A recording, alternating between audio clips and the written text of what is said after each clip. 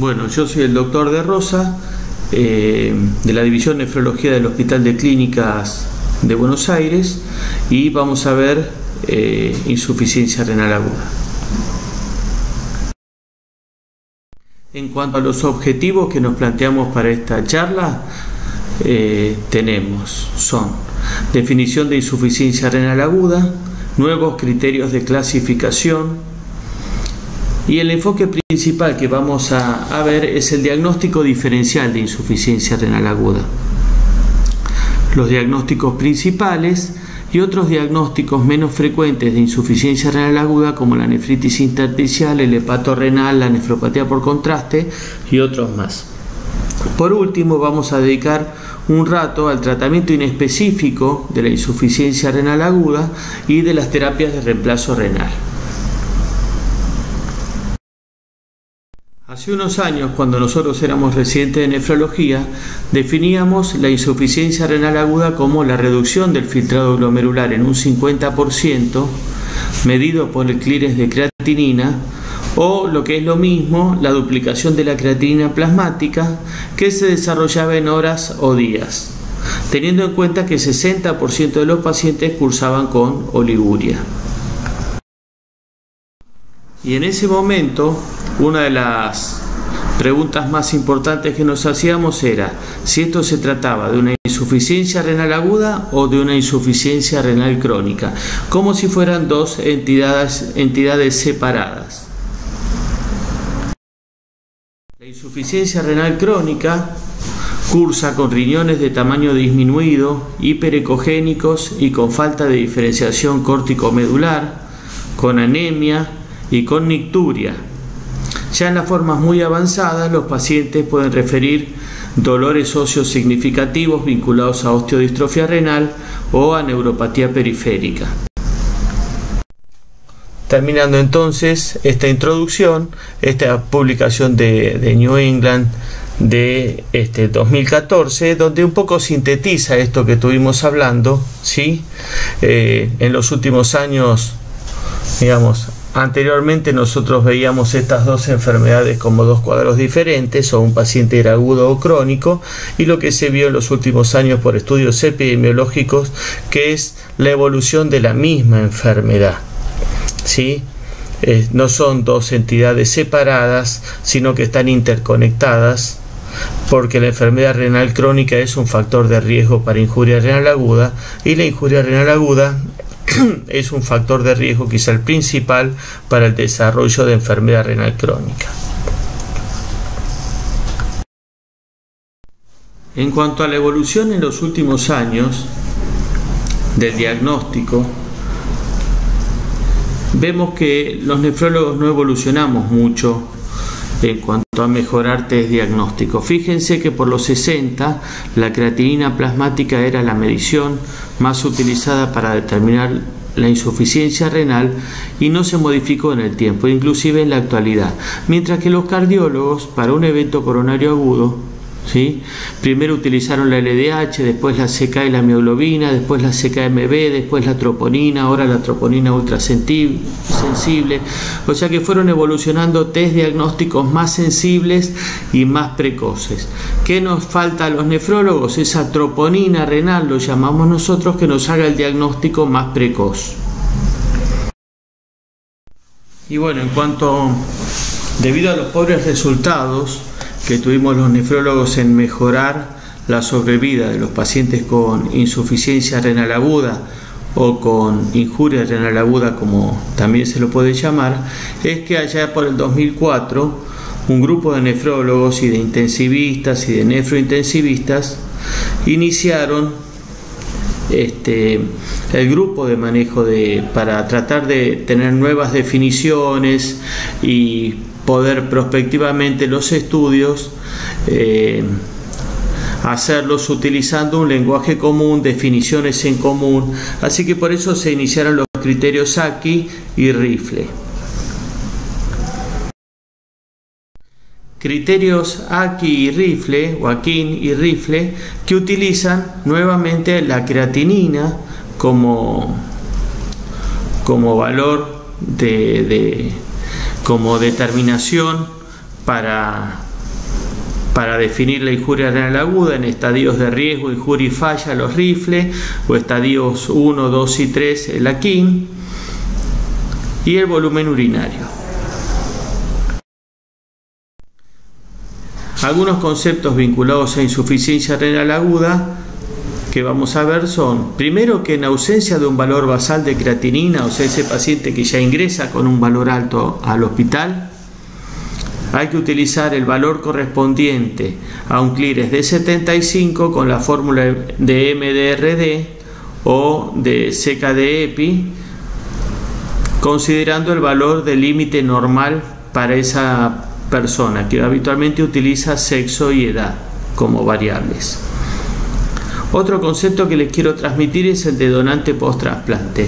Cuando uno evalúa a un donante o a un paciente que le han hecho una nefrectomía por un traumatismo o por una imagen tumoral, si el paciente previamente tenía creatinina normal y no tiene ninguna enfermedad renal, la creatinina post ablación a los 3 meses o post nefrectomía por otra causa, la creatinina sigue siendo normal. Entonces, el concepto que yo les quiero transmitir es que esa persona perdió la mitad de la masa renal en un procedimiento agudo y quirúrgico y su creatinina no aumentó significativamente. Quizás su basal era 0,8 y subió a 1 o 1,1, o será 0,9 y subió a 1,1. Entonces, lo seguimos considerando normal con la mitad de la masa renal que tenía previamente. Así que la creatinina es un marcador tardío de daño renal. Después, el otro punto es el ajuste por sobrehidratación. Habitualmente estos pacientes se los hidrata generosamente en las guardias para estimular que el paciente orine, y muchas veces esa creatinina se diluye, entonces hay que ajustarla hacia la baja. Lo mismo que el ajuste por amputaciones o por baja masa muscular. Y por último, hay sistemas electrónicos de alerta basados en los cambios de creatinina y en el volumen urinario para la detección precoz de insuficiencia renal aguda, que le avisan por Viper o por mensaje de texto, por WhatsApp, al médico que el paciente de determinada cama del hospital tiene cambios respecto al anterior, de manera a empezar a tomar conductas más precozmente. En la misma línea de tratar de reducir la morbimortalidad del paciente con insuficiencia renal aguda, es que en los últimos años se realizaron varios esfuerzos de encontrar lo que nosotros llamamos la troponina renal, ese biomarcador precoz antes del aumento de la creatinina que nos diga que el paciente va a desarrollar una insuficiencia renal aguda y que puede tener significado.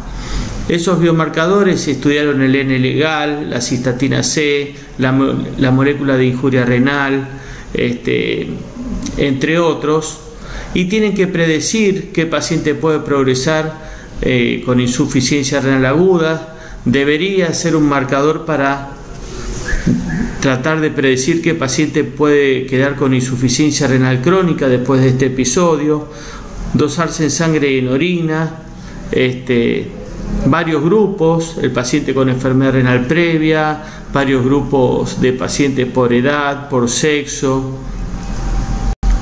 Y bueno, esa molécula todavía específica todavía no se ha encontrado. Este gráfico lo que nos muestra es un estudio que se hizo en cirugía cardíaca en niños, donde se evaluó varias moléculas y la creatinina también.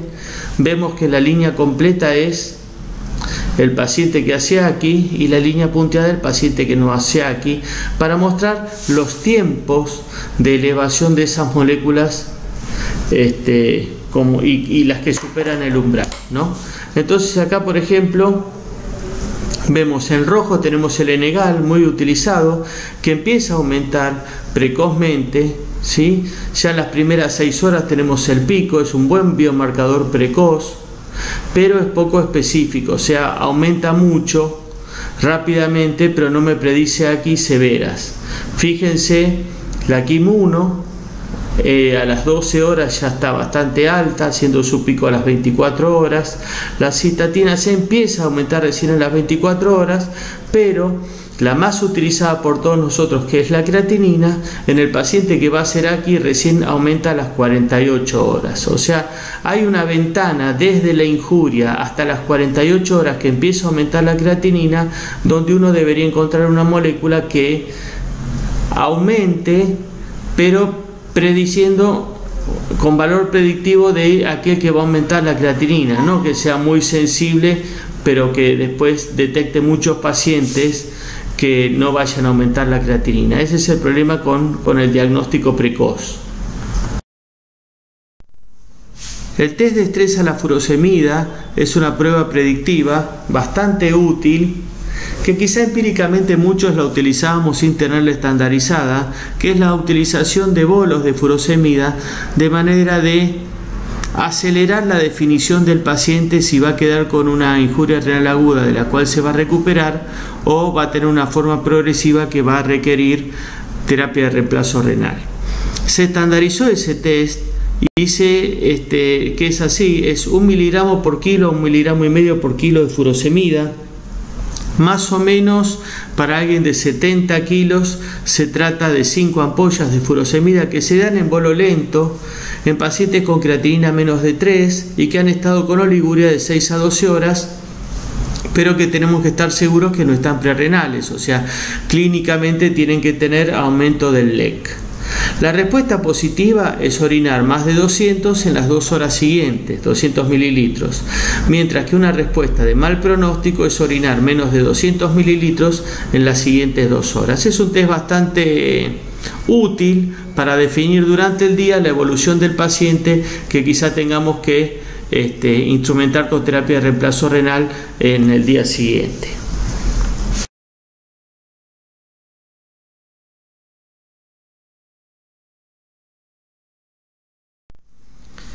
Una vez que estamos enfrente del paciente con insuficiencia renal aguda, o sea que determinamos el aumento en horas o en días de la creatinina plasmática, tenemos que hacer diagnóstico diferencial, que es la segunda parte de esta charla. Y en ese caso seguimos clasificando los pacientes pensándolos como causas prerrenales, parenquimatosas y causas obstructivas. Con respecto a la epidemiología, sabemos que 1/3 de las insuficiencias renal agudas son posquirúrgicas y de ese grupo el 34% es cardíaca, cirugía cardíaca, 25% ortopédica y 20% cirugía abdominal, que en general se trata de cirugías abdominales de urgencia. Comentábamos al principio que el factor de riesgo número 1 para tener insuficiencia renal crónica es tener muchos episodios de insuficiencia renal aguda, y dentro de los factores de riesgo para insuficiencia renal aguda, el primero y el más frecuente es tener enfermedad renal crónica, tanto con insuficiencia renal crónica como proteinuria. También se ve como factor de riesgo para insuficiencia renal aguda la obesidad, que la causa de la insuficiencia renal sea vinculada a sepsis y a shock séptico, el uso de inhibidores de la enzima convertidora previo al episodio agrava el cuadro, el retraso de inicio de antibióticos, que el paciente necesite transfusiones y hemoderivados, no la necesidad en sí, sino las transfusiones y los hemoderivados como factor para potenciar la injuria renal aguda, y otros factores de riesgo previos en pacientes sin insuficiencia renal crónica, como ser hipertenso, el contraste iodado, los AINES, fosfodón, la edad, el sexo masculino. Bueno, habíamos comentado que uno tiene que clasificar la insuficiencia renal aguda en 3 grupos: prerrenal, parenquimatosa y obstructiva. La prerrenal tiene esas características de hipoperfusión renal, que si se suspende la causa se observa recuperación sin secuelas, que histológicamente el riñón es normal, por lo tanto el sedimento de orina también va a ser normal, y como se estimula el sistema renina-angiotensina-aldosterona, el sodio en orina va a estar bajo y vamos a encontrar disociación de urea y creatinina con mucho aumento de la urea para el aumento de la creatinina que se observa, y esto es por la absorción pasiva de la urea. Hay 5 mecanismos de formas prerrenales, no solamente el deshidratado, que es el primero, donde hay una hipovolemia efectiva, sino también se comporta como prerrenal el paciente que tiene bajo volumen minuto cardíaco, o el paciente con sepsis o shock anafiláctico que tienen vasodilatación sistémica, o los pacientes que, estando sépticos o por algún fármaco, tienen vasoconstricción de la arteriola aferente, y también produce como mecanismo de prerrenal la vasodilatación de la arteriola eferente, como se ve en el uso de inhibidores de la ECA o bloqueantes AT2, porque bloquear el sistema renina-angiotensina-aldosterona produce vasodilatación eferente. Estos 5 mecanismos que acabamos de describir lo que producen es una baja presión hidrostática en el capilar glomerular, y como el driver, el mecanismo mayor de estímulo para filtrar desde el capilar al espacio de Bowman es la presión hidrostática en el capilar, cuando cae la presión hidrostática cae el filtrado glomerular, y así se produce la ira prerrenal. En cuanto a la insuficiencia renal aguda parenquimatosa, se pueden afectar algunas de las 3 estructuras histológicas principales del parénquima renal. Y estos son los glomérulos, produciendo glomerulonefritis, que en el caso de las formas agudas se llaman glomerulonefritis de rápida progresión, y clínicamente se caracterizan por proteinuria glomerular, hematuria dismórfica y cilindros hemáticos, y algunos pacientes tienen elementos clínicos o serológicos de enfermedad sistémica. Las otras estructuras que se pueden afectar primero son los túbulos, por la necrosis tubular aguda isquémica, que es la prolongación en el tiempo de las formas prerrenales, o la necrosis tubular aguda tóxica.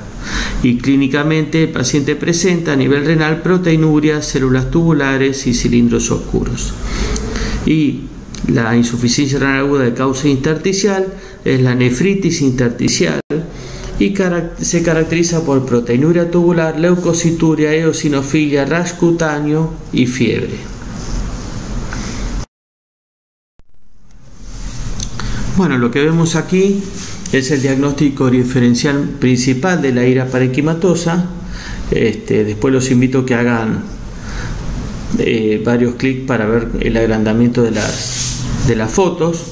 Pero tenemos acá los 3 diagnósticos con el antecedente de glomerulonefritis, por ejemplo, de fiebre, lesiones en piel, dolores articulares, o sea, manifestaciones clínicas o serológicas de enfermedades inmunológicas, un sedimento de orina que tiene hematíes dismórficos y acantocitos y cilindros hemáticos, una proteinuria que es glomerular, o sea que es predominio de albúmina, y un estudio histológico que muestra una proliferación extracapilar, y la inmunofluorescencia va a definir qué tipo de glomerulonefritis con semilunas es. Si es por inmunocomplejo, como se ve en el lupus o en las crioglobulinas, si es patrón lineal, como se ve en la enfermedad de Goodpaster, o si es pausa inmune, o sea, no hay depósitos, como se ve en las vasculitis ANCA. La nefritis intersticial tiene como antecedente principal el uso de antibióticos, antiinflamatorios u otros fármacos. La orina no muestra muchos elementos, algunos leucocitos aislados, la proteinuria es tubular, pérdida de proteínas de bajo peso molecular. Si le hicieran un estudio de peso molecular en las proteínas urinarias, y la biopsia, si se hace, lo que muestra es glomérulos normales, túbulos levemente dilatados, pero un intersticio con infiltrado linfoplasmocitario. La necrosis tubular aguda, la forma más frecuente, se asocia a isquemia persistente o a tóxicos. El sedimento urinario con sus típicos cilindros oscuros, células tubulares también se pueden ver, y cilindros de células tubulares. La proteinuria es tubular, esto es proteínas de bajo peso molecular, menos de 50 kilodalton, y si se hace la biopsia por alguna indicación, que en general no se hace biopsia ante sospecha de necrosis tubular aguda, muestra cilindros grandes, proteicos, túbulos muy dilatados y pérdida del epitelio intratubular. La glomerulonefritis de rápida progresión, como hablábamos recién, se caracteriza por proteinuria glomerular, que es básicamente albúmina, hematuria dismórfica, cilindros hemáticos, acantocitos, elementos clínicos y serológicos de enfermedad sistémica, la PBR que muestra una proliferación extracapilar difusa, y el tratamiento es con inmunosupresores con diferentes esquemas. En general es la asociación de corticoides y algún otro inmunosupresor, vinculado al hallazgo de la biopsia, al estadio histológico de la biopsia y a la enfermedad que la produce. Esa es la elección del segundo inmunosupresor y el tiempo de tratamiento. Siguiendo con el diagnóstico diferencial, la otra entidad que tenemos que tener en cuenta es la nefritis intersticial aguda. La nefritis intersticial aguda comprende un grupo heterogéneo de enfermedades no relacionadas que afectan principalmente el sector túbulo intersticial. Secundariamente puede afectar los túbulos, internamente los túbulos, y en principio con indemnidad de los glomérulos y de los vasos intrarrenales. 10 a 15% de los pacientes con injuria renal aguda tienen nefritis intersticial, y se trata de una reacción de hipersensibilidad tipo 4 con infiltrado linfocitario, linfoplasmocitario, también se puede ver ocasionales eosinófilos en el intersticio. En cuanto a las causas, lo más frecuente es vinculada a drogas, antibióticos, antiinflamatorios, diuréticos, bloqueantes de la bomba de protones.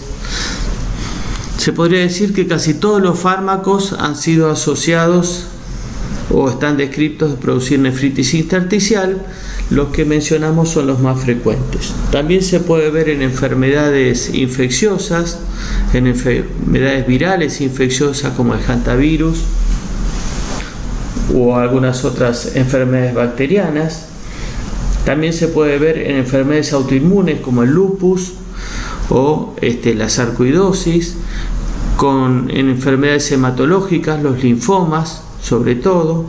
Se puede ver también en cuadros sistémicos de intoxicación por metales pesados o metabólicas por ácido úrico, oxalato, ¿sí? Así que bueno, es un conjunto de enfermedades, pero habitualmente la forma más frecuente es vinculada a fármacos.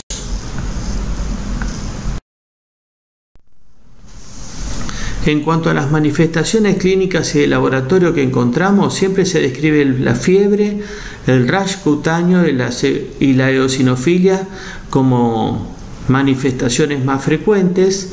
La coincidencia de las tres se ve solamente en el 15% de los pacientes. Algunos pacientes tienen artralgias, otros refieren dolor en flanco, llega hasta el 50% de los pacientes con dolor en flanco por agrandamiento del riñón y por distensión de la cápsula renal. 90% tiene hematuria microscópica, que es una hematuria dismórfica, pero que no tiene acantocitos ni otros elementos de daño glomerular. Hay leucocituria. Y también se puede utilizar la técnica de Hansel para ver la presencia de eosinófilos, aunque la técnica de Hansel tiene una baja sensibilidad y la presencia de eosinófilos es poco específico. Se pueden ver cilindros granulosos si hay daño tubular extenso, pero sobre todo se ven cilindros leucocitarios. La proteinuria es tubular, son proteínas de bajo peso molecular. La proteinuria masiva asociada a NTI es muy rara.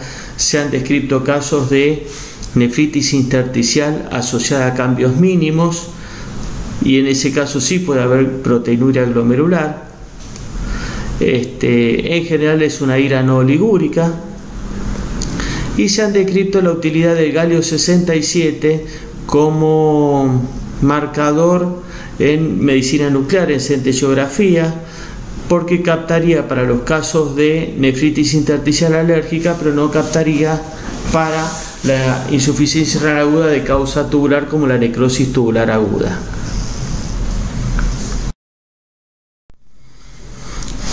¿Cuándo hacer PBR? Bueno, este es un punto de discusión bastante frecuente. En general, cuando no se cumplen todos los criterios de diagnóstico de nefritis intersticial, previo a iniciar un tratamiento inmunosupresor o cuando la evolución no es satisfactoria.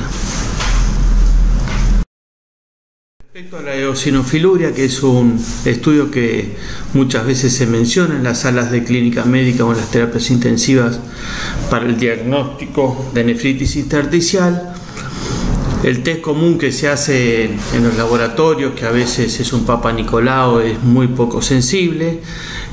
Nosotros hemos intentado la tinción de Hansel, que es la más recomendada. También nos dio bajo porcentaje de pacientes, solamente 3 de 11 en una pequeña serie de 11 pacientes, solamente 3 tenían sedimento de orina con eosinófilos marcados, haciendo la tinción de Hansel en pacientes comprobados por biopsia renal que tenían NTI. Nuestro, del Garrahan y de alguna clínica privada de Capital, lo hemos hecho y nos dio solamente en 3 pacientes. Aún así, en lo que da positivo también es poco específico, porque se puede ver en la arterioembolia, en la cistitis alérgica, prostatitis, rechazo de trasplante. Así que no es un estudio recomendado para hacer para el diagnóstico, confirmar el diagnóstico de nefritis intersticial. Y esto es lo que vemos en la biopsia de pacientes con nefritis intersticial aguda. En el caso de la izquierda es una paciente con una nefritis intersticial muy severa, donde se puede ver un glomérulo casi en el centro de la imagen, indemne, con su espacio urinario normal, pero no podemos reconocer otras estructuras. Los túbulos están casi por completamente destruidos. A la derecha ven la imagen de lo que es un sector túbulo intersticial normal. Fíjense, los túbulos nosotros los llamamos back to back, que es espalda con espalda, casi no se ve intersticio, y las luces tubulares están libres. Bueno, esa es una imagen de un riñón normal. Fíjense cómo se ve la imagen en una paciente que estaba cursando una nefritis intersticial aguda severa, pérdida completa de la arquitectura normal. En cuanto al tratamiento de la nefritis intersticial, lo principal, es la suspensión del fármaco que uno cree está involucrado en el cuadro. Muchas veces la polifarmacia hace difícil la identificación, pero bueno, eso es lo que está recomendado, la suspensión del fármaco que uno cree que está involucrado. El uso de corticoides durante 30 días, empezando por 40 miligramos, terminando con 20 miligramos de prednisona bioral. También se han ensayado pulsos para los casos más severos confirmados por biopsia, pulsos de metilprednisolona y luego corticoide bioral, y para las formas recidivantes micofenolato o algún otro inmunosupresor. La realidad es que el tratamiento es con corticoides durante un mes, dosis intermedias, y lo que se recomienda es comenzarlo lo antes posible, porque se vio que la recuperación es significativa si se comienza antes de las primeras 3 semanas. El otro diagnóstico diferencial a tener en cuenta en pacientes con AKI es el síndrome hepatorrenal. Allá por los años 90 se juntaron un conjunto de hepatólogos encabezados por el doctor Vicente Arroyo para establecer criterios diagnósticos y de tratamiento del síndrome hepatorrenal. Fíjense, de manera simpática lo llamaron Club Internacional de la Ascitis, a ese grupo de hepatólogos y gastroenterólogos que empezaron a tratar el síndrome hepatorrenal. Y lo definieron como una condición clínica que ocurre en pacientes hospitalizados con hepatopatía crónica, insuficiencia hepática avanzada e hipertensión portal, caracterizada por disfunción renal con vasoconstricción renal que lleva a la caída del filtrado.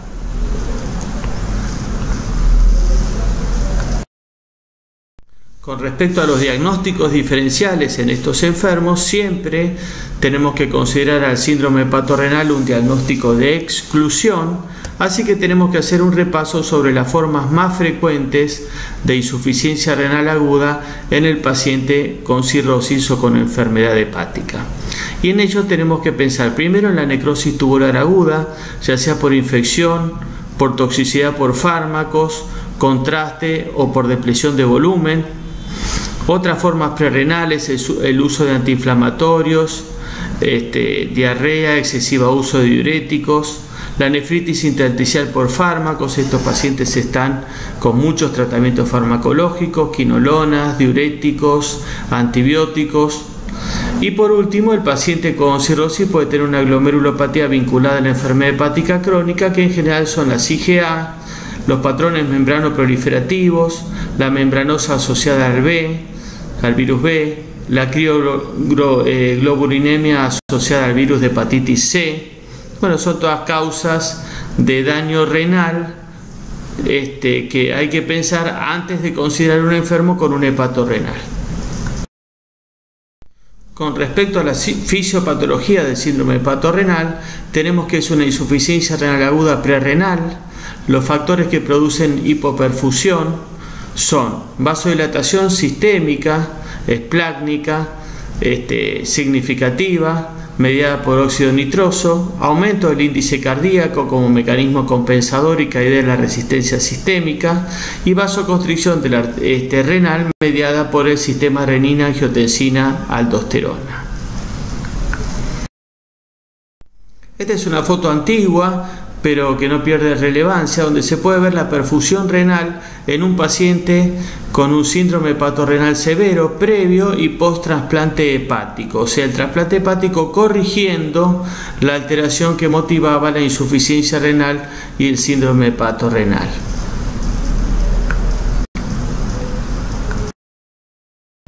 Bueno, en cuanto a la medición de la función renal en el síndrome hepatorrenal, tenemos que tener en cuenta que tanto la creatinina como la urea pueden estar falsamente normales a pesar de la caída del filtrado glomerular.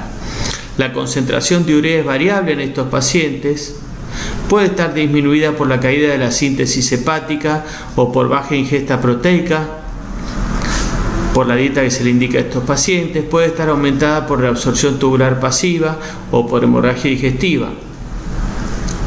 La creatinina también puede estar disminuida por la baja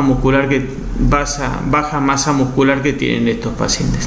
Así que en síntesis, si uno tuviera que recomendar el mejor test para medir la función renal en estos pacientes, este es el clearance de creatinina. Evaluando factores precipitantes para evitarlos en el desarrollo del síndrome hepatorrenal, tenemos que han sido demostrados síndrome hepatorrenal precipitado por infecciones, por peritonitis bacteriana espontánea, por hemorragia digestiva, por diuresis excesiva y por paracentesis sin el tratamiento asociado de albúmina intravenosa. Podemos describir dos formas clínicas de presentación del síndrome hepatorrenal, una forma tipo 1, más agresiva y aguda, que se desarrolla en días o un par de semanas, con cirrosis y con ascitis significativa, pacientes que tienen leve insuficiencia hepática, con un clearance de creatinina menor a 20 mililitros minuto y una creatinina plasmática mayor a 2.5, con elementos clínicos de insuficiencia hepática como la ictericia, el aliento hepático y la encefalopatía. Y un tipo 2, subagudo, con disminución del filtrado moderado, estable, con ascitis refractaria, que se va desarrollando muy lentamente en el tiempo, inclusive puede llevar varias semanas o meses. Bueno, cuando consideramos elementos diagnósticos, dijimos antes que el síndrome hepatorrenal era una entidad en la cual había que excluir otros diagnósticos. Bueno, un poco estos criterios diagnósticos tienden a excluir otros diagnósticos también. Entonces,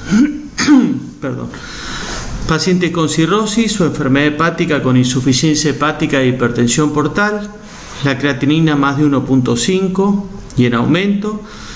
La ecografía tiene que ser normal para descartar otros cuadros, por ejemplo los obstructivos.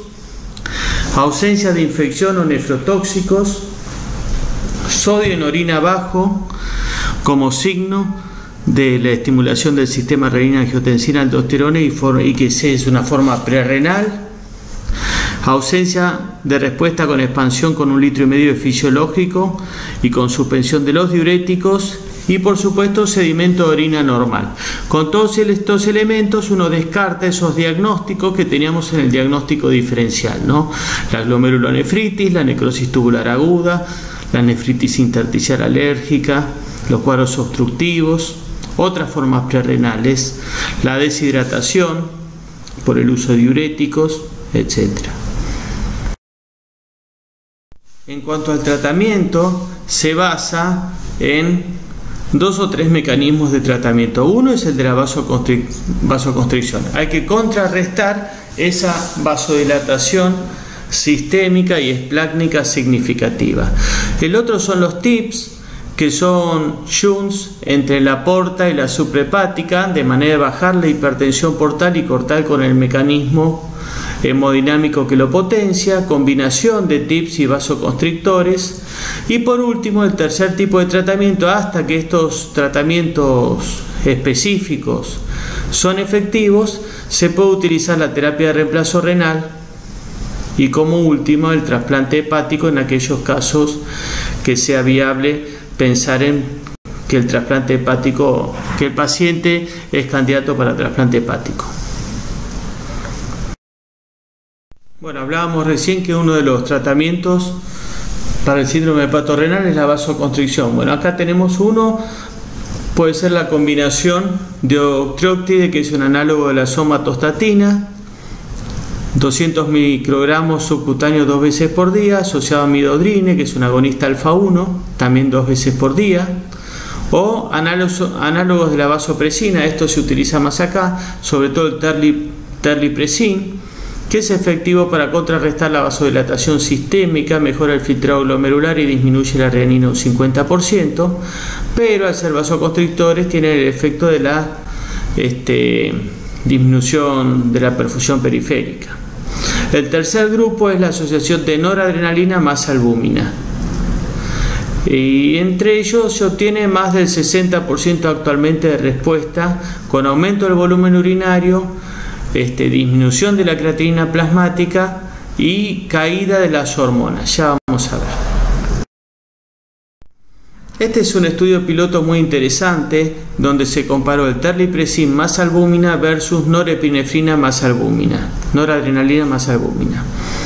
Eran 10 y 12 pacientes en cada grupo respectivamente, y se evaluó el tipo de hepatorrenal. 75-80% eran tipo 1, la tasa de respuesta 70 y 83%, el filtrado al final del estudio 43 y 48 mililitros por minuto, la media duración de tratamiento 5 y 6 días, el seguimiento 19 y 39 días, la recurrencia 29% y 60%, sobrevida 70 y 66%, compatible con la respuesta terapéutica, pero el costo en euros muy diferente, con la noradrenalina más albúmina mucho más económica que el terlipressin más albúmina, y fue la única variable que dio P significativa al final del estudio. Los pacientes fueron tratados hasta que la creatinina fue menor a 1.5 y la mortalidad de los que no respondieron fue del 100%. Bueno, entonces las modalidades terapéuticas más utilizadas acá, con la terlipressin 1 miligramo intravenoso cada 4 horas. Si la creatinina plasmática no ha disminuido más del 25% del basal, aumentar la dosis hasta 2 miligramos cada 4 horas. La noradrenalina, infusión 0,1 microgramos kilo-minuto intravenoso. Si la presión arterial media no aumenta más de 10 milímetros de mercurio, aumentar la dosis 0,05 microgramos cada 4 horas hasta una dosis máxima de 0,7 microgramos kilo-minuto. La albúmina, se debe asociar a noradrenalina o torlipressin, administrar albúmina con el objetivo de mantener una PVC central, una presión venosa central, entre 10 y 15 centímetros de agua con una dosis máxima de 100 gramos por día.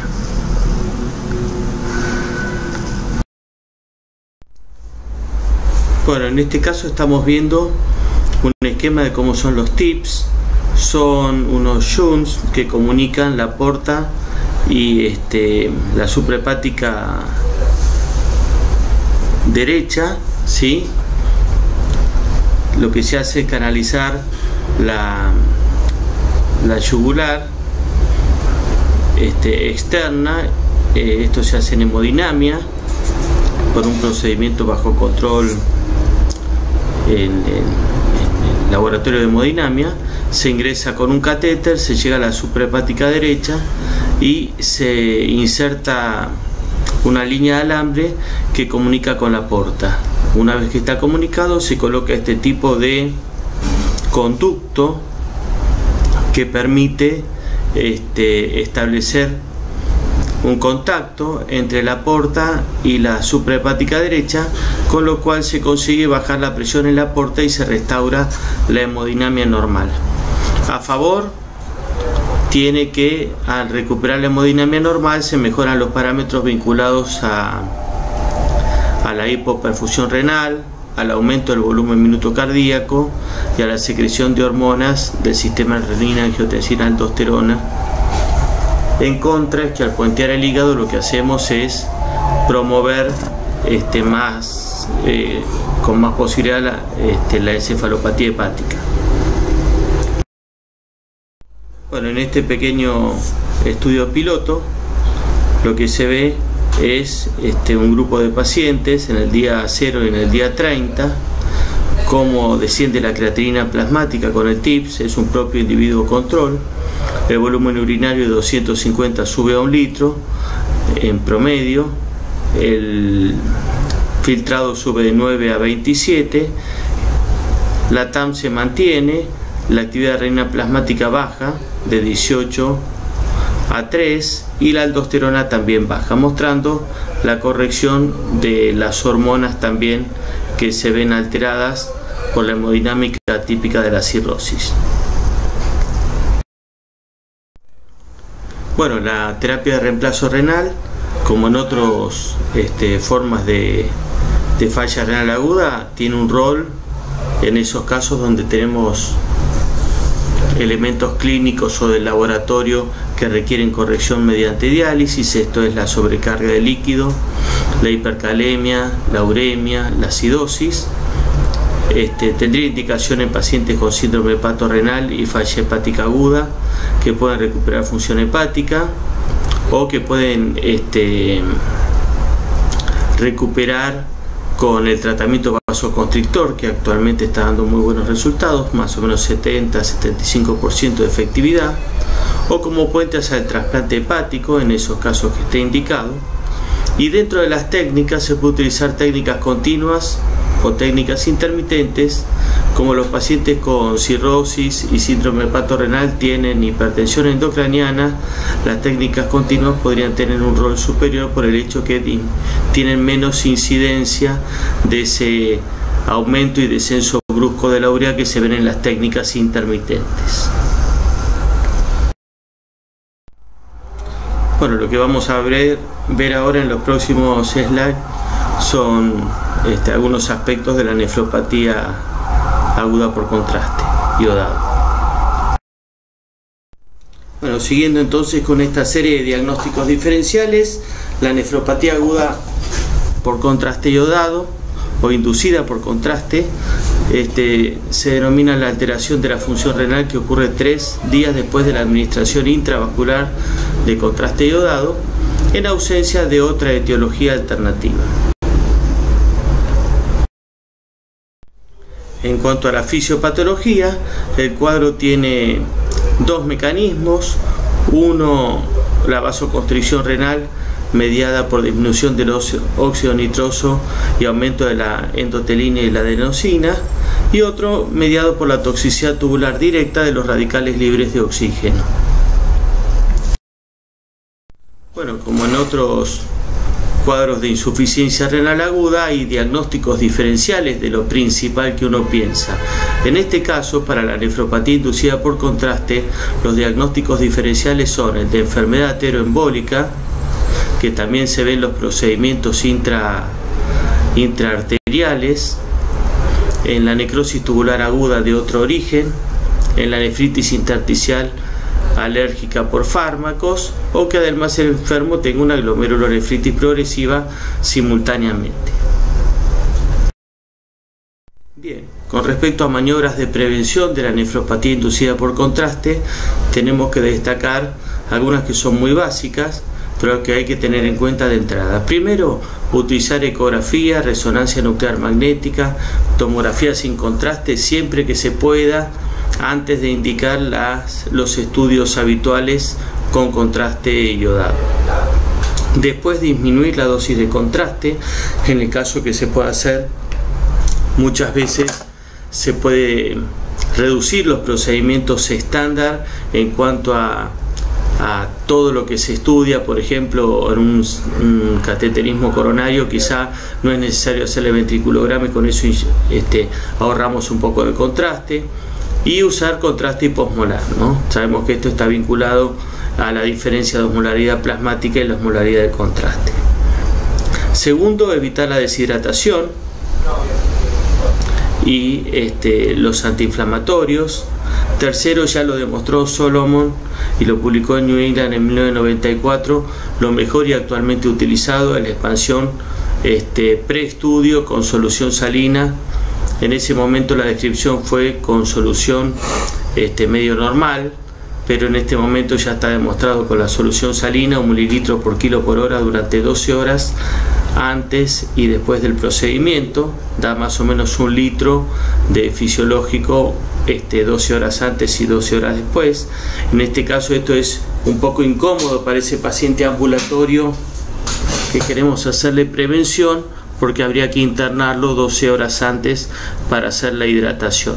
Pero en enfermos de alto riesgo que van a ser sometidos a estudios en el laboratorio de hemodinamia, quizás se pueda utilizar esta técnica. La hidratación vía oral es efectiva, no tan efectiva como la hidratación endovenosa. La hidratación y liberación de la sal de la dieta se ha estudiado en algunos reportes no tan bien controlados como el estudio de Solomon, y resultó mejor que no tomar ninguna conducta. La N-acetilcisteína, la primera descripción publicada en New England en el 2000, con buenos resultados inicialmente, posteriormente con algún tipo de discusión de su efectividad. La realidad es que los estudios no son concluyentes, y dado el bajo costo y la baja o la ausente toxicidad, está dentro de nuestro protocolo de prevención tanto la expansión como el uso de la N-acetilcisteína. Lo que utilizamos es los comprimidos de 600 miligramos de efervescentes, y le indicamos un comprimido cada 12 horas disuelto en medio vaso de agua el día anterior, el día del procedimiento y el día posterior. O sea, en total el paciente recibe 6 comprimidos de N-acetilcisteína, 2 por día, uno cada 12 horas, el día anterior, el día del procedimiento y el día posterior. El bicarbonato de sodio, también descrito ya en 2004, es efectivo. No se sabe si por efecto sobre los radicales libres de toxicidad tubular o por la expansión con sodio del bicarbonato, pero también podría ser efectivo. Tanto las estatinas como la teofilina y otros fármacos fueron testeados, los resultados son discutidos.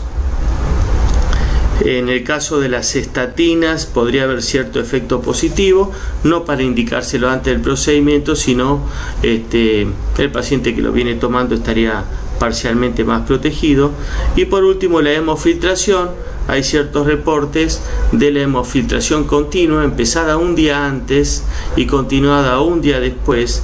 En estos pacientes podría ser efectivo para producir cierto lavaje del contraste, asegurando una buena hidratación. La verdad que podría ser efectivo, pero no es tan cómodo para poner en práctica con los pacientes, porque implicaría colocarle un catéter de hemodiálisis y tenerlo internado más de un día antes y más de un día después, con lo que significa en costos y en probabilidad de complicaciones, tanto de la vía central de catéter como de infecciones. Habíamos dicho que la enfermedad ateroembólica era uno de los diagnósticos diferenciales de la nefropatía inducida por contraste. Por este cuadro se puede ver días a semanas después de la intervención vascular, endovascular. Se caracteriza por embolias periféricas, hipertensión arterial, libido reticular y fiebre, eosinofilia, descenso del complemento y aumento de la LDH.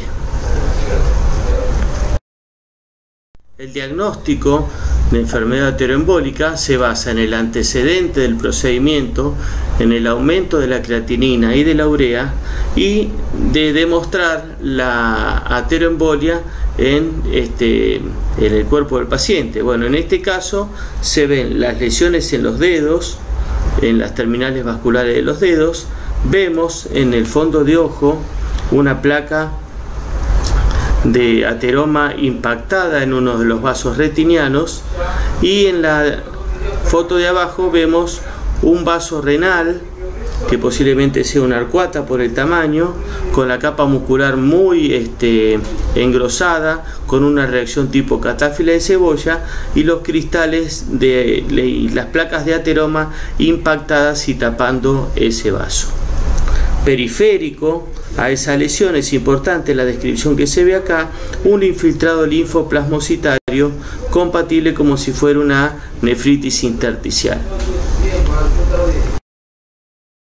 En cuanto al tratamiento de la enfermedad ateroembólica, la recomendación es no anticoagular, porque hay formas de ateroembolia espontánea en pacientes anticoagulados. No reintervenir, porque si esto es posterior a un cateterismo, estamos removiendo más placas de ateroma. El uso de estatinas en dosis altas, atorvastatina 80, rosuvastatina 40. El uso de inhibidores de la enzima convertidora de angiotensina o bloqueantes AT2 es discutido. Lo mismo que los corticoides. Los corticoides parecerían tener un beneficio en ese infiltrado linfoplasmocitario perivascular que se forma severo, como vimos en la biopsia. Por último, el descenso rápido del colesterol también se ha intentado con lipidoféresis y con los nuevos fármacos que son inhibidores de la PKS9, que es la enzima que acorta la vida media de los receptores del LDL, con lo cual se obtienen descensos muy bruscos de colesterol y podrían tener un efecto positivo. Bien, siguiendo con los diagnósticos diferenciales del paciente con injuria renal aguda, tenemos que pensar también esos casos de obstrucción intratubular intrarrenal, ¿sí? Los cuadros obstructivos pueden ser extrarrenales y son de resorte más urológico, y las obstrucciones intrarrenales intratubulares por varios mecanismos. Las obstrucciones intratubulares intrarrenales pueden ser por proteínas, en el caso de las cadenas livianas, por ejemplo, la nefropatía del mieloma, o por cristales de ácido úrico, cristales de oxalato de calcio, o por cristales de precipitación de medicamentos.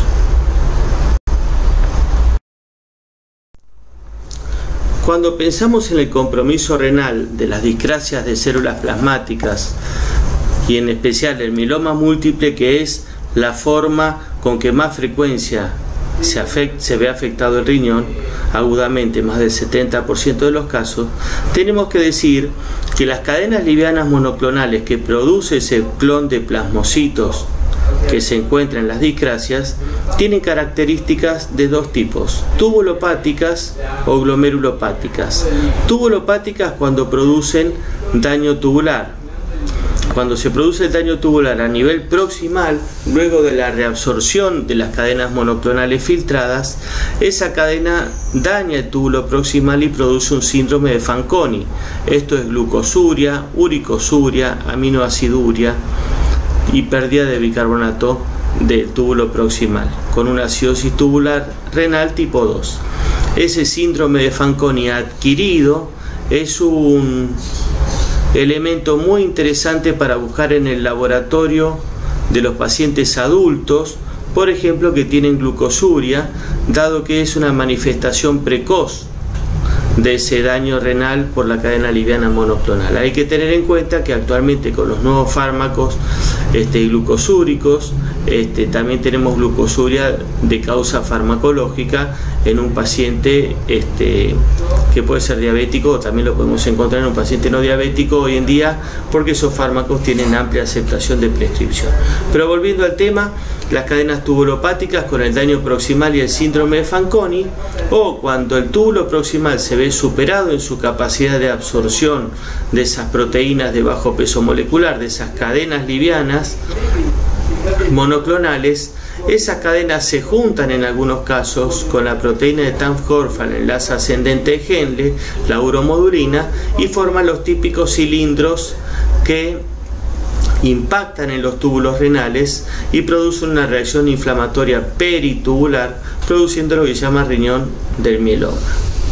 Ahora bien, las cadenas livianas también pueden ser glomerulopáticas. Esto quiere decir dar enfermedad glomerular. Y esa glomerulopatía tiene clínica de glomerulopatía, tanto por proteinuria, tanto por síndrome nefrótico, o sea, proteinuria que no llega al rango nefrótico, pero que es albúmina, o síndrome nefrótico clásico.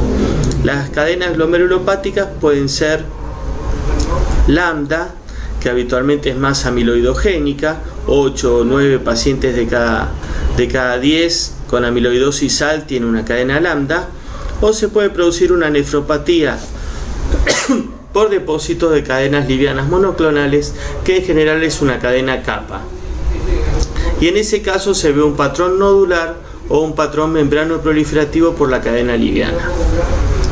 Los pacientes con discrasia de células plasmáticas también pueden tener otras alteraciones, las vamos a ver en esta charla, pero están más vinculadas a la enfermedad oncológica. Esto es la hipercalcemia, porque producen lesiones líticas a nivel óseo, y la nefropatía por ácido úrico, por la rápida expansión de células y lisis de células pre o post quimioterapia.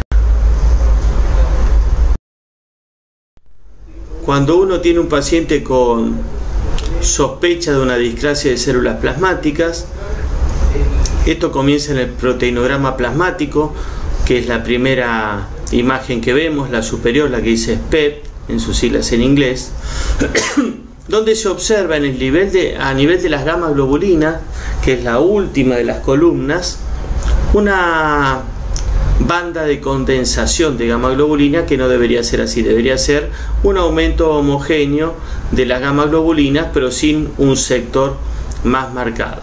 En el proteinograma plasmático, les recuerdo, la primera banda gruesa e intensa es la albúmina, después tenemos la alfa 1, la alfa 2, las dos betas, la beta 1 y la beta 2, y por último las gamma globulinas, que son una banda ancha y poco intensa. En este caso lo que vemos es una banda muy intensa, entonces decimos que hay un componente monoclonal que corre en el sector de las gamma.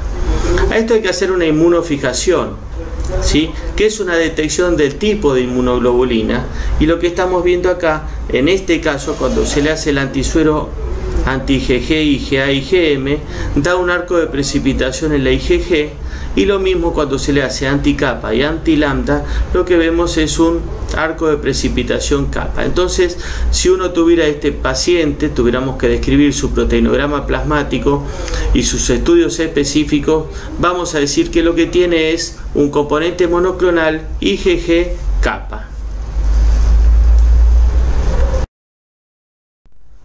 Bueno, esto es lo típico que vemos, ¿sí? Una imagen de microscopía óptica con cilindros intratubulares fragmentados que son típicos del riñón del mieloma. Estos cilindros están compuestos por la uromodulina o Tamm-Horfman, secreta enlace ascendente de Henle, combinados con la cadena monoclonal.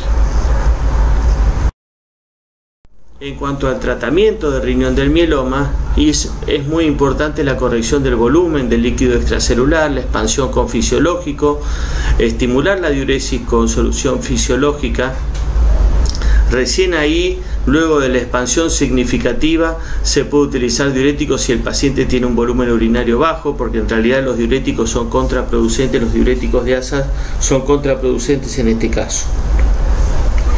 La hipercalcemia hay que tratarla con pamidronato. Hay que recordar que el pamidronato hay que reducir la dosis, no más de 60 miligramos en el caso de los pacientes con falla renal. La hiperuricemia se puede tratar con allopurinol inicialmente como prevención, o en los casos que esté demostrada toxicidad renal también por ácido úrico y lisis tumoral, la rasburicasa, que es un medicamento que estimula el pasaje de ácido úrico a alantoína. Y lo principal del tratamiento del riñón del mieloma es disminuir la concentración de cadenas livianas libres, que en este caso lo recomendado hoy en día es con quimioterapia, la combinación de corticoides, ciclofosfamida y bortezomib es muy efectiva para lograr la disminución del clon de plasmocitos y por ende la síntesis de las cadenas livianas libres. En una época también indicábamos plasmaféresis de manera de removerlo más rápido, pero actualmente y lo mismo la diálisis de alto cutoff con filtros de poros, digamos, muy significativos de manera de remover también las cadenas livianas, pero ambas técnicas invasivas han quedado relegadas para los pacientes porque la quimioterapia actualmente es muy efectiva.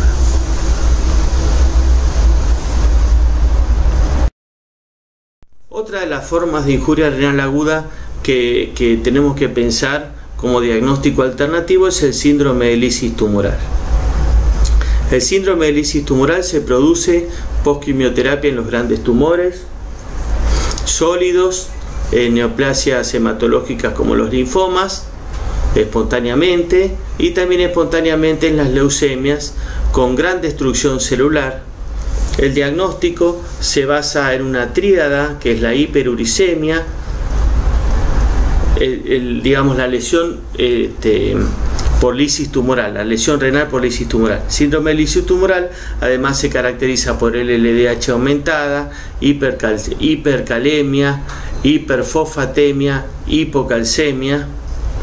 Pero en el caso del daño renal, como los pacientes con injuria renal aguda tienen hiperuricemia, uno para diagnosticar si esa hiperuricemia es la causa de la injuria renal aguda o la consecuencia, le busca estos tres elementos. Uno es la presencia de hiperuricemia, realmente son hiperuricemias arriba de 12 y muy significativas. Un sedimento de orina con cristales de ácido úrico como se ven en este caso, un depósito significativo. Esto se produce también porque el pH en la orina es ácido y precipita más el ácido úrico, y una uricosuria creatininuria mayor a 1.1 en vez de la uricosuria creatininuria normal, que es hasta 0,7 miligramos por miligramo de creatinina. Bueno, en este caso la relación pasa a más de 1.1. En ese caso se está excretando más ácido úrico que creatinina, y es otro elemento para pensar en daño renal por el ácido úrico. Bueno, en cuanto al metabolismo del ácido úrico, ustedes saben que a partir de las purinas tenemos las hiposantinas. La santina oxidasa transforma las santinas en ácido úrico. Esto es lo inhibido, estos dos pasos, hiposantinas en santinas y santinas en ácido úrico, por el allopurinol. Y la rasburicasa lo que hace es estimular el paso de ácido úrico a alantoína, donde la alantoína es una molécula mucho más sensible, más soluble, y que se elimina con la diuresis con mucha más facilidad. Bueno, otro diagnóstico que uno puede encontrar en pacientes con elevación aguda de la creatinina es el infarto renal. El infarto renal es un diagnóstico para pensar en pacientes con dolor lumbar, luego de haber descartado las 2 o 3 causas principales, que son el cólico renal, la pielonefritis y la nefritis intersticial alérgica. Entonces, como decíamos recién, el infarto renal es una causa infrecuente de insuficiencia renal aguda. Se caracteriza por un dolor súbito, lumbar, asociado a náuseas y desasosiego, como se ve mucho en los eventos isquémicos, torácicos o abdominales. Se ven pacientes con fibrilación auricular, enfermedad arterial o trombofilia. hay que descartar, como decía recién, la pielonefritis, la litiasis y la nefritis intersticial alérgica, que también produce agrandamiento de la cápsula renal y dolor. Por supuesto que los dolores son muy diferentes, tanto de la pielonefritis, la clínica con su fiebre, sus escalofríos y su típica puño-percusión, y el cólico renal con el dolor cólico, ¿sí?, de intensidad muy importante. Estos diagnósticos se excluyen con el sedimento de orina, con el hemograma y por supuesto la litiasis con la tomografía renal sin contraste. El infarto renal también cursa con hipertensión por la isquemia, LDH elevada y ausencia de hematuria. Yo pongo acá, pero en realidad la hematuria se ve más o menos en 40% de los pacientes, nada más. Este es el corte coronal, una tomografía con contraste de una paciente tiempo después de haber hecho una lesión isquémica que se diagnosticó en ese momento por un centellograma. Tengamos en cuenta que un paciente con injuria renal aguda uno no le indica contraste iodado, ya lo vamos a ver, pero en este caso se ve el riñón derecho con un tercio medio, ya con una lesión isquémica permanente, por supuesto, donde se ve la cicatriz, un infarto en cuña, posiblemente afectándose. La arteria renal tiene 3 ramas, superior, media e inferior. Evidentemente se trató de un infarto de la arteria renal media del riñón derecho. En cuanto al diagnóstico de infarto renal, como les decía recién, si el paciente está cursando insuficiencia renal aguda, trata de evitar la tomografía con contraste, por eso un estudio de utilidad es el centellograma renal, o también se puede hacer una uroresonancia si se dispone, porque el diagnóstico y digamos la afectación actual de la fibrosis sistémica nefrogénica se ha visto que no era tanto como pensábamos hace unos años, así que el riesgo de fibrosis sistémica nefrogénica es muy bajo y en estos pacientes se podría utilizar también la uroresonancia. Otra causa de oliguria e injuria renal aguda es el síndrome compartimental abdominal. Ustedes saben que para perfundir el riñón tiene que haber una diferencia entre la TAM y la presión intraabdominal. Si esa diferencia entre la TAM y la PIA cae a menos de 60, empieza a disminuir la perfusión renal, aumenta la presión venosa renal, cae el filtrado y cae la diuresis. Acá podemos ver un circuito donde se utiliza una Foley, que es intraabdominal, ¿sí?, con su balón, y un circuito con la bajada del suero, una llave de 3 vías, con 3 vías, donde con la jeringa se insufla, y el medidor con el transductor para medir los centímetros de agua de la presión de la vejiga una vez represionada por el líquido de infusión de la bolsa de infusión. ¿Cuándo hay que pensar en síndrome compartimental abdominal? En los pacientes con oliguria e insuficiencia renal, en el post-trauma, en el post-trasplante hepático, en las pancreatitis graves, en los pacientes con ascitis a tensión y en la insuflación de aire comprimido postquirúrgico que se produce en los pacientes internados, ¿sí?, donde uno le insufla aire comprimido en el abdomen por alguna cirugía, muchas veces queda una presión aumentada y disminuye el volumen urinario. Estos dos casos los hemos tenido. En cuanto a la ascitis a tensión, era un paciente nefrótico severo con una ascitis muy importante que se decidió drenar la ascitis previo a la biopsia renal, con lo que el paciente se puso inmediatamente, casi instantáneamente, a orinar de manera significativa. Bueno, repasando todos los diagnósticos diferenciales o los más frecuentes de injuria renal aguda, no podemos dejar de hablar de rhabdomiólisis e insuficiencia renal aguda. Una de las formas de rhabdomiólisis y falla renal aguda es el síndrome por aplastamiento, crash syndrome, que fue descrito en pacientes politraumatizados, que fue descrito en la Segunda Guerra Mundial cuando se produjo el bombardeo de Londres. También la rabdomiólisis se puede ver en el ejercicio intenso o con el uso de fármacos que producen lesión muscular. En algún momento se han utilizado algunas estatinas que ya no están en el mercado, que producían daño muscular. Y el ejercicio intenso se ve rabdomiólisis en personas de más de 30 años que en determinado momento del año inician actividad deportiva para la cual no están preparados, y 2 o 3 días después, con intenso dolor muscular, consultan una guardia y tienen elevación de la creatinina. En general, en esos casos se ve con CPK arriba de 5000. Los pacientes pueden referir orinas oscuras, y lo que hay que hacer es un estudio con tira reactiva en la orina para detectar mioglobina. Sí, que en realidad la tira reactiva detecta mioglobina, hemoglobina, y hay que hacer un sedimento de orina para descartar hematuria. Entonces, en los casos donde la tira reactiva da positiva y el paciente no tiene hematuria, uno piensa, por supuesto que no esté hemolizando, piensa que es la mioglobina en este tipo de pacientes. En cuanto al tratamiento de la rabdomiólisis e insuficiencia renal aguda, inmovilización. En los casos de politraumatismo, colocación de vía y expansión con solución fisiológica para estimular la diuresis aún en el sitio del politraumatismo. Y es discutido el uso del bicarbonato para alcalinizar la orina, porque precipita los depósitos de fosfato de calcio. Así que esta tercera maniobra, que es el uso de bicarbonato intravenoso, es muy discutido. Se lo reserva para casos donde el pH es muy ácido y se pueden dar un miliequivalente kilo de bicarbonato en goteo y testear si la orina se hace alcalina, pero no más allá de 6,5 o 7, porque puede precipitar el fósforo. Pero lo que sí hay que asegurarse es una diuresis significativa con expansión. Otra causa de injuria renal aguda es la nefropatía por sucrosa.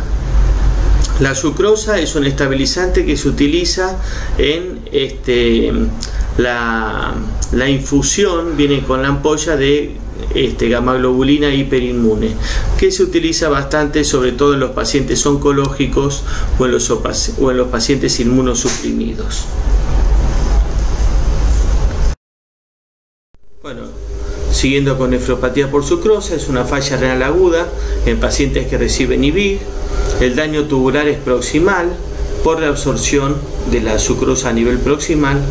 Los pacientes en general tienen que tener o tenían factores de riesgo para enfermedad renal previa, así que lo que correspondería hacer es en pacientes con factores de riesgo para daño renal agudo y hay que pasar IVIG, uno debería consultar en farmacia que no le pasen la IVIG con sucrosa, y sí hay una forma con sorbitol que podría ser efectiva y no tóxica. Por último, vamos a abordar la necrosis tubular aguda clásica. Acá podemos ver una foto donde se ven túbulos dilatados con material proteico intratubular, aplanamiento de los epitelios, inclusive en algunos se ve la membrana basal denudada porque las células tubulares fueron desprendidas.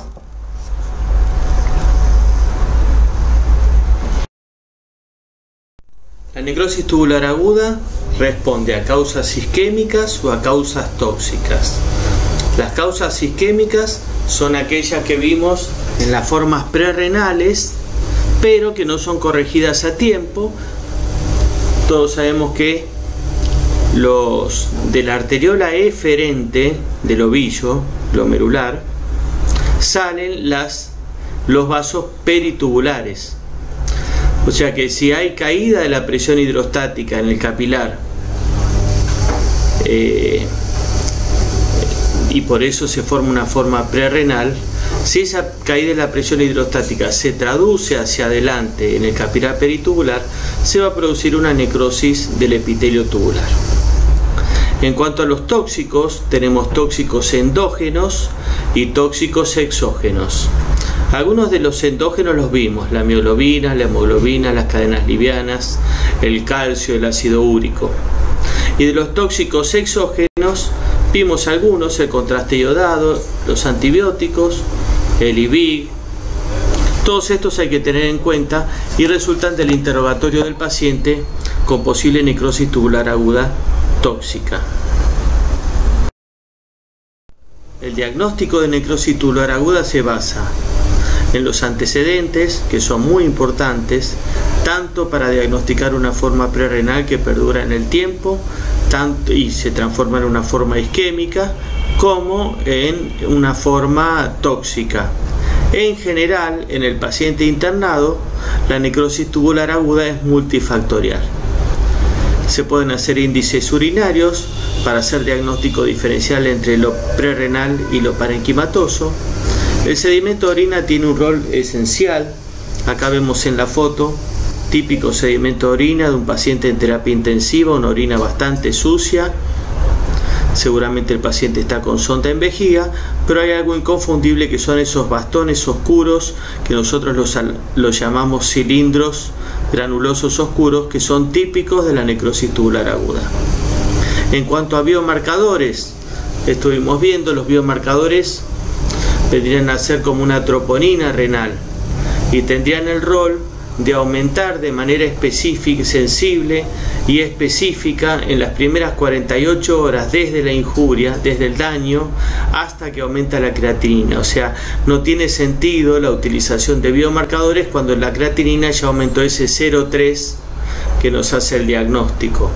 Todavía no tenemos esa troponina renal y lo que se está viendo si puede ser de utilidad un panel de biomarcadores que con una asociación de biomarcadores se puede hacer un diagnóstico precoz en esos pacientes de alto riesgo que tuvieron algún mecanismo de injuria, de manera de poder detectarlo antes que aumente la creatinina. Hay que tener en cuenta que el costo de esos paneles de biomarcadores es muy alto en este momento y hace imposible su utilización de rutina. Con respecto a la biopsia renal ante el diagnóstico claro de NTA no tiene un rol, porque el sedimento de orina y los antecedentes asociados a este evento son suficientes como para ponerle sello, pero en el caso de que una necrosis tubular pase en la semana si el paciente no mejore y uno sospeche que puede tener además algún componente de NTI que pueda ser tratado con corticoides, o si el paciente lo estamos dializando y pasan las semanas y tenemos que saber si ya no es una necrosis cortical y que el paciente no va a mejorar y va a quedar en diálisis, a veces se hace biopsia renal para el mes, 3 semanas, un mes, de manera de definir un poco el pronóstico. En cuanto a NTA, lo que es tratamiento, yo lo divido en tratamiento y prevención. En cuanto a prevención, hay que tratar de, primero, identificar los pacientes de alto riesgo. Yo creo que es tan efectivo como buscar un tratamiento posteriormente. Analizar la edad del paciente, evaluar si es un hipertenso de larga data, si tuvo internaciones previas, si tuvo internaciones en terapia intensiva previamente, si recibió contraste iodado en otras intervenciones vasculares, si ha utilizado fosfodom, si es un tomador de antiinflamatorios, si ha recibido quimioterapia por alguna enfermedad oncológica. Son todas situaciones médicas que van produciendo deterioro de la función renal y en algún momento, algún evento no tan significativo produce que la creatinina quede aumentada. Hay que evitar los antibióticos nefrotóxicos en esos pacientes, el contraste iodado, los antiinflamatorios, evitar la hipotensión vinculada a los procedimientos quirúrgicos, la deshidratación, posponer, hay maniobras por ejemplo a nivel cardiovascular, posponer la CCG, posponer la CRM en el caso de un paciente coronario, por lo menos 72 horas desde la CCG, hacer cirugía cardíaca sin bomba, o sea, sin circulación extracorpórea. Bueno, son todas maniobras que disminuyen el riesgo de injuria renal aguda en pacientes con factores de riesgo para enfermedad renal crónica. Bueno, este es el tratamiento actual que tenemos para la necrosis tubular aguda. Irónicamente, nada. Entonces uno lo que hace con estos pacientes es seguir con la prevención, con hidratación, evitando los nefrotóxicos y tratando de detectar precozmente las alteraciones metabólicas o clínicas que puedan significar que el paciente tenga que iniciar terapia de reemplazo renal.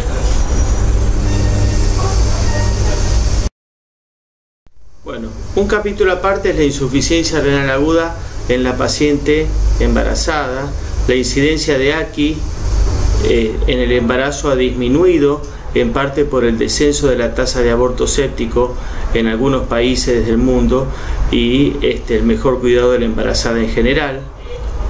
En estas pacientes con injuria renal aguda, la ecografía, el sedimento de orina por nefrología y otros exámenes de laboratorio como la proteinuria, hepatograma, LDH o ácido úrico, frotis de sangre periférica son esenciales para el diagnóstico diferencial de AKI en el embarazo. Y bueno, en cuanto a la IRA en el embarazo o AKI en el embarazo, hay que pensar que en las primeras 12 semanas el aborto séptico y la hiperemesis gravídica, la preeclampsia, el HELP y el hígado agudo graso del embarazo después de la semana 20, el desprendimiento de placenta después de la semana 26.